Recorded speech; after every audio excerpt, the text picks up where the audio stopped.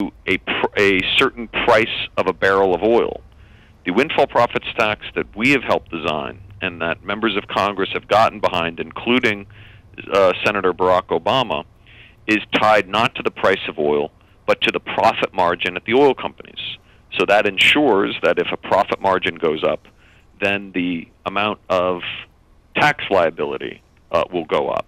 So I think that we've learned from past mistakes, and being able to ensure that oil companies are paying their fair share and that we get needed revenues to make investments in renewable energy is absolutely the way we need to go. I agree. Let's talk about the subsidies that the oil company gets. What do they get? Something like $9 billion in subsidies? What's that all about? Most of them are in the form of special tax breaks that are available only to oil companies, and royalty relief. 1/3 of America's oil and natural gas production comes from the Gulf of Mexico and other federal lands. And increasingly, oil companies, despite their record profits, are paying little to no royalties to the American people for the privilege of extracting these valuable commodities from federal land. And so Public Citizen has been spearheading calls for royalty reform and for repeal of billions of dollars in special tax breaks that are available only to big oil companies. Now let's focus on that for a second, because that's going to be, we're broadcasting here from Northern California. That's going to be an issue here offshore California, as you know. Senator Barbara Boxer, bless her heart, is leading the charge against offshore drilling. I was a little disappointed when it seemed that Barack Obama kind of flip-flopped on this issue.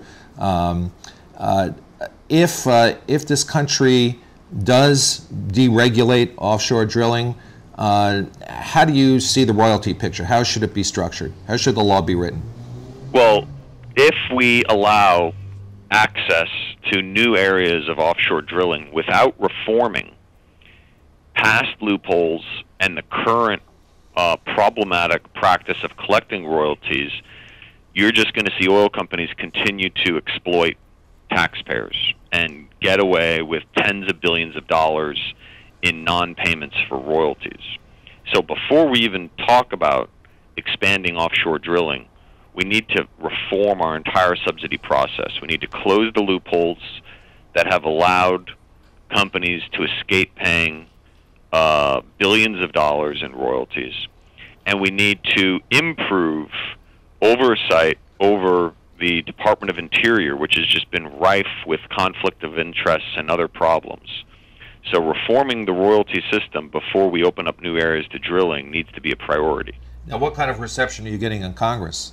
We're getting very good reception, but the president continues to threaten to veto any legislation concerning this, and we've got a minority of senators who continue to threaten filibusters if we force oil companies to pay their fair share. So I think we're going to see a big debate this September, especially now that there's this compromise drilling bill that would open up new areas to drilling.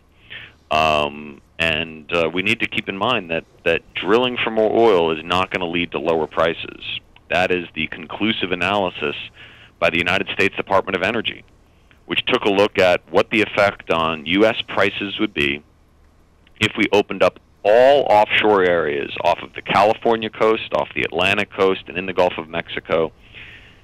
Because the United States is not Saudi Arabia, because we sit on a relatively small pot of oil relative to global supply and demand, we simply do not possess adequate spare capacity, where even if we dumped all of the oil that we have in our reserves into the global market, it's going to be a drop in the bucket, and it's therefore not going to decrease prices. Well, this is very consistent with the politics of distraction. As you know, neoconservatives are masters of that. What kind of impact do gays in the military or gay marriage have on the average American? And the answer is little, but yet they'll make that front and center of a platform and front and center of a campaign. Meanwhile, there's very little discussion about the economy, about the recession, about falling wages. Yesterday, unemployment was reported to be the highest in 6 years.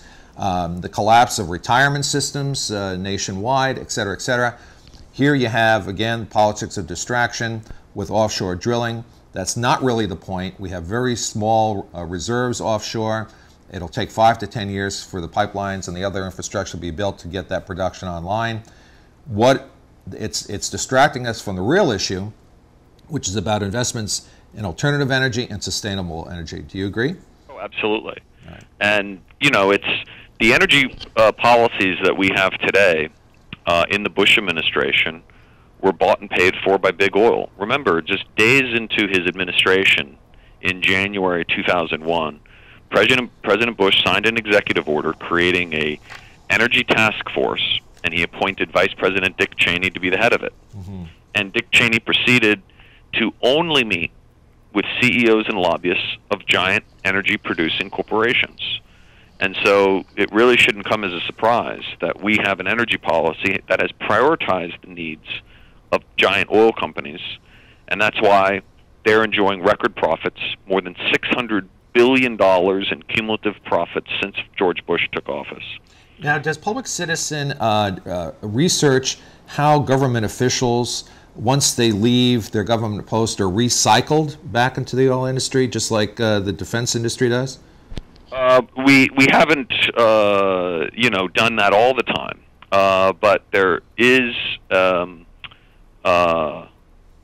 clear evidence that there is a revolving door between the oil industry and the administration, and between members of Congress, and that the oil industry continues to have a very powerful voice in Washington, D.C., and but we are starting to see a change. The fact that we're getting votes where votes to take away billions of dollars in subsidies that go to big oil companies are getting very close to passing.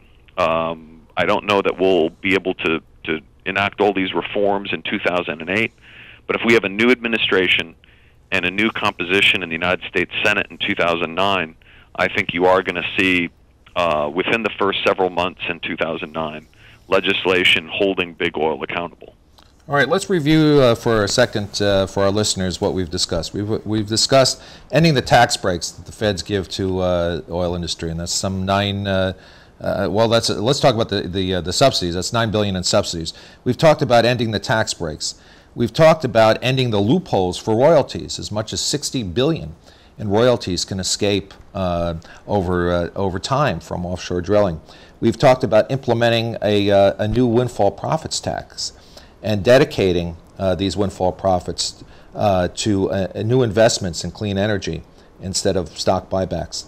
I want to get now to one of my favorite subjects, in which you're also an expert. As you might know, I don't know how much research you did on me, but I used to work on Wall Street, and I worked on the floors of the COMEX and the New York Mercantile Exchange. I was an oil trader at the Merc. I